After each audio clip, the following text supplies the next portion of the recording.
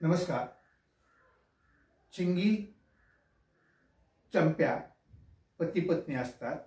चिंगी आणि चंप्या पती पत्नी असतात. चिंगी मेसेज पाठवते चंप्याला. चिंगी मेसेज पाठवते चंप्याला. आणि कोणता मेसेज पहा. किती उशीर, किती उशीर, किती वेळ लागेल घरी यायला. किती उशीर, किती वेळ लागेल घरी यायला. चंप्या चिंगीला मेसेज पाठवतो. चंप्या चिंगीला मेसेज पाठवतो. 15-20 मिनिटात घरी पोहोचेन. 15-20 मिनिटात घरी पोहोचेन.